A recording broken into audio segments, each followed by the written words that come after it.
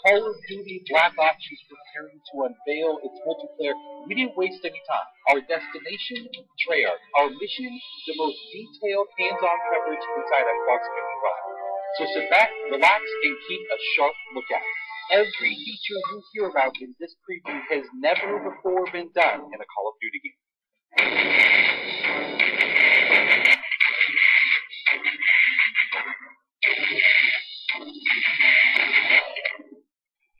We begin where the multiplayer trailer for Black Ops left off, with theater mode.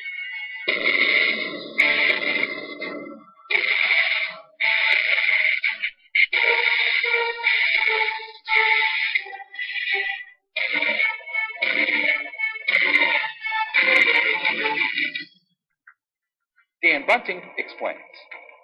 You can switch the camera from any player's perspective in both first person and third person.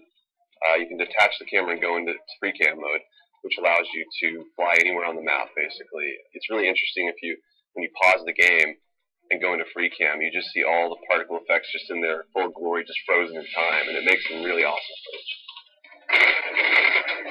You really want to give players the tools to be creative, make their own machinima, make their own highlight reels. Maybe they're really competitive clans that want to just capture the films from their matches and then go back and analyze what the other team did or whatever. Also, brand new to Call of Duty is Black Ops' new currency system.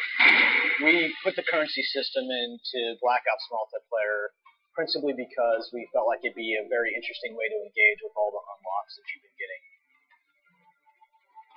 So one of the things that's really fun about currency is instead of being specifically told at a specific level what you're going to get, we're unlocking features by level, but then once the feature is unlocked, you can purchase any component of that feature with the currency directly.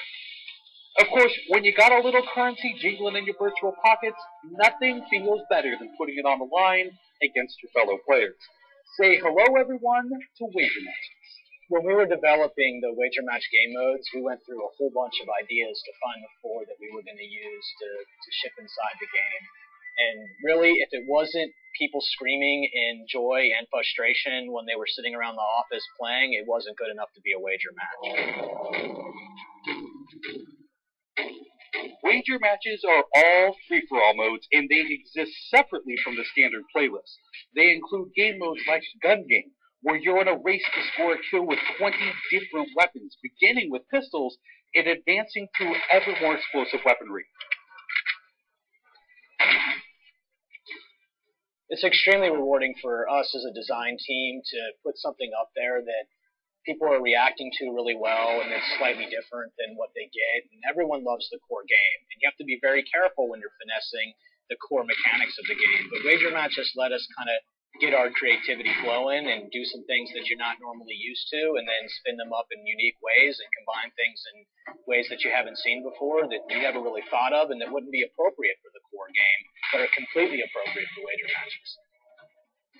While the classic Call of Duty challenge system is still very much in place, Black Ops is also adding a new feature called contracts.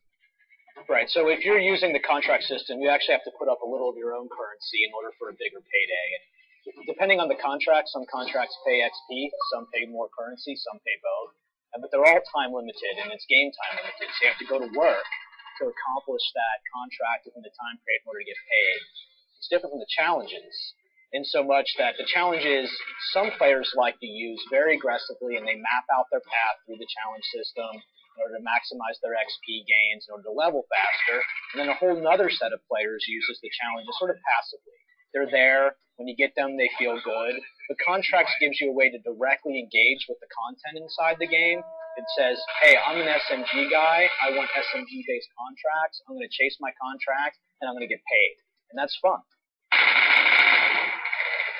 Another focus for Black Ops is player customization, including things like unlockable face paint, unique perk-specific character models, and a whole lot of weapon customization.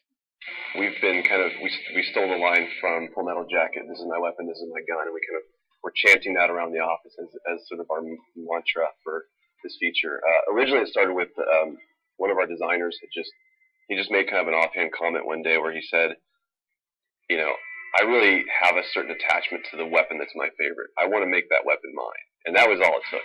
So from there, it was just what are the things that are cool? It's like, put your clan tag on your gun, of course. And we've got the emblem editor by itself is an element of creativity for players. And then the reticles, of course, why not give people the option to like what kind of red dot they have? Maybe they don't like a dot. Maybe they like a circle. Maybe they like a triangle. Maybe they like a standard costume. Maybe they just want a line. And then there is combat training, which allows you to get comfortable with the trappings of multiplayer by competing in matches against AI-controlled opponents. You know, it's our hope that combat training can convert people who are largely single-player gamers who might have, dabbled around in multiplayer but never made that leap to playing online, and give them kind of this experience where they can get familiar with the mechanics and features and systems that multiplayer has, but they can do so at their own pace. They can do so without someone screaming in their ear what a noob they are, and practice up and then join the competitive fold. Experienced players could use combat training to practice up on a particular weapon, a particular tactic, or a particular map. So we think it appeals to both audiences, but most directly, it was designed to help new players get into the mix.